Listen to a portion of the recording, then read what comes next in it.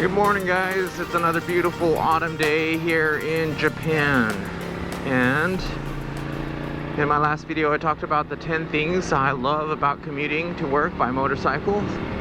And today I'm going to talk about the 10 things I hate about commuting by motorcycle. Hate is a really strong word. I wouldn't say I really hate most of these things. They're just like inconveniences, just because God, I love riding so much. It's really hard to come up with a list of 10 things. But I did make a bit of a list, and you can add to it. Let me know what are your main pet peeves or things that you dislike. So without further ado, let's just get started. Number 1. The first thing I hate, this is just me. The first thing I hate about commuting to work on a motorcycle is the chicken strips, because my work, the road, as you've seen in my videos, my commute is very, there are very few turns, there are very few twisty roads, and it's all just mainly straight. Even if I look for a detour, I have to go quite a bit out of my ways to get to some twisty roads. I live in the Kanto plain, and so my commute takes me over a lot of long straight stretches. So chicken strips, it's sort of something that happens because 95 or 99% of the time I'm on these long straight stretches. Okay, number 2. The second thing that I dislike about commuting to work on a motorcycle is the higher insurance. You do rack up the miles, you rack up the kilometers. Excuse me. So, at least the companies that I've looked at, there were like 3 main brackets for the insurance. Under 5,000 kilometers a year, which is like nothing. Who rides only 5,000 kilometers? I know some people do. And then the next one is under 10,000 kilometers a year. And I'm in the third bracket of over 10,000 kilometers a year. I think last year I did about 12,000, maybe more, like maybe 15,000. Yeah, more like that, 15 or so thousand kilometers a year. So insurance will be a little bit more expensive the more kilometers you do ride. That's just how it goes with most insurance companies here in Japan. Number 3, the maintenance intervals come around fairly frequently. I'm sort of lucky because my bike is quite light and it's a 250, so it won't go through the tires as fast as, let's say, a liter bike would. And I put sport touring tires on, so they do last a decent amount while also having decent grip for the twisties. So I'll include a little clip here. I was just checking my tire before I left, but I've already put 12,000 kilometers on that tire. Maybe if I'm lucky I'll get 5,000 more or 4,000 more, but I will be changing my tire at least once a year. My tires at least once a year at this rate. Number 4, the cagers. This is sort of a broad statement here, but when you're commuting by motorcycle, everybody in their vehicle, in their cars, are also commuting to work around that same time usually, and they're all trying to get to work, and they're usually not looking out for a motorcyclist. So you have to be very aware of what's going on, and you have to kind of share the road with them. I personally prefer to ride on open roads without many cagers. In really rainy days or snowy days, I will take my van. So I'm sort of a cager as well. Part-time cager. That's for fun. Let's go this way.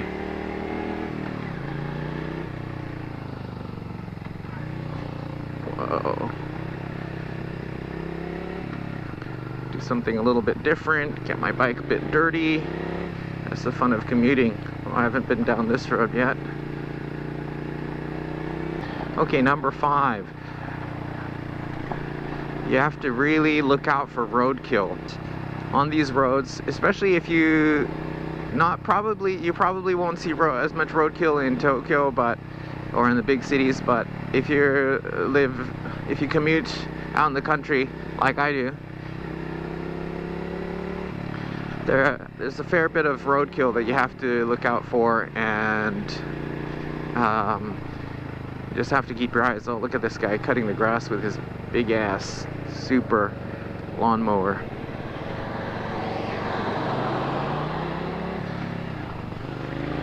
So yeah, roadkill. One time I was following a van, maybe a little bit closer than I should have, and then suddenly, boom, from right between its wheels comes, you know, a dead cat or something, and I had to be quick and swerve real quick. Usually you can spot it a little bit further ahead, but yeah, that's something that I dislike having to see. And okay, number 6, the elements. You're really at the mercy of the elements. In the summer you will be hot, in the winter you will be cold. When it rains you'll get wet. And that's just one of the things about commuting by motorcycle. You have to really be aware of the weather. I always check the weather before I head out.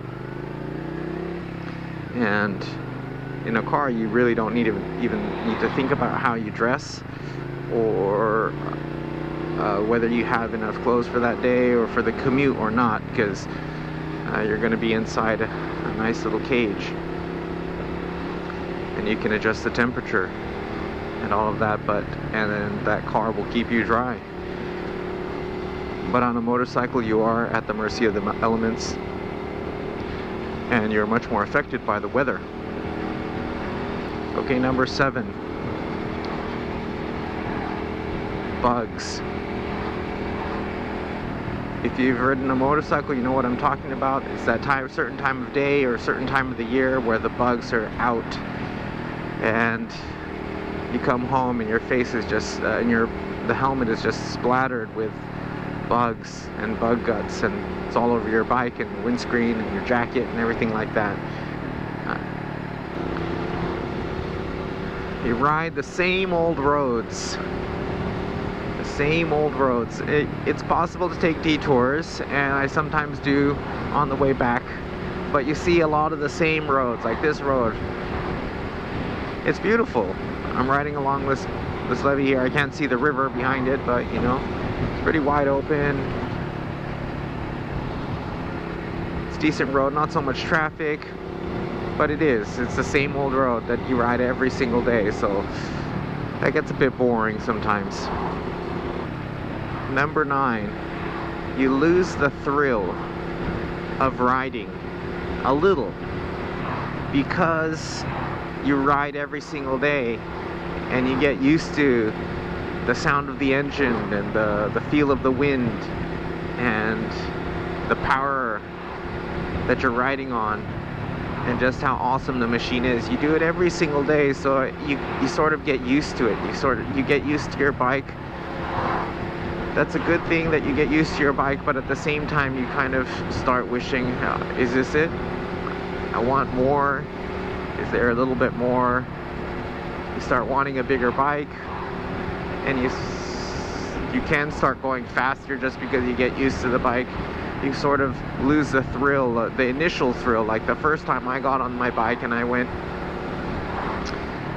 you know, even like 60-80 kilometers, it was scary and exciting and huge adrenaline rush. But now you don't get that anymore, because I don't get it anymore, because I'm used to it. And you just kind of lose the thrill just because you ride every single day. Sometimes I won't ride for 5 days or a week or something, and then I'll come back and it's exciting again, and I've missed my bike. But if you're riding every single day, you do sort of lose a bit of the thrill that comes with riding. So that's sort of sad, but it's just one of the things one of the trade-offs. Okay, number 10. I didn't know which one to include, but I'll just put 10A, 10B. I'll split this one into 2. Okay, the first one, 10A, is that I don't like having to gear up every single time There's a lot of gear. There's the riding pants, there's the armor jacket, there's the gloves, the helmet, the shoes, and you have to, it's just, you know, if you want to ride safe, you want to ride protected, especially as much as I ride and how far I ride every day, it's a good idea to have all the gear all the time. But it is a bit of a pain to put that on every single day, and so that's 10A. It takes a little bit of time gearing up, gearing down. And 10B would be, it's not so easy carrying a bunch of stuff. You really have to plan and think about what luggage to bring. I used to just throw a big backpack on, but I got a set of tank bag and a seat bag, and that's made things a lot easier. I'm able to carry a lot of stuff, a decent amount of stuff. They're both expandable, but even so, you have to think about, okay, what do I need to carry today? I have to carry certain textbooks or certain you know, things I need for my work today. And if you want to do shopping on the way home, you have to think, will it fit? If not, you need to rearrange all your gear and stuff that you're bringing. So that's 10A and 10B. Really, that's sort of 11 things. Some of the points can be combined. All right, guys, that's the 10 things I hate about commuting to work by motorcycle. If you're considering buying a motorcycle for commuting, I hope this is you found this informative. I know everybody's got their own list or their own pet peeves, and you may have listed this differently and taken some off, put others on here. I'd love to hear your comments and thoughts on what you most dislike or what you hate about commuting to work on your motorcycle.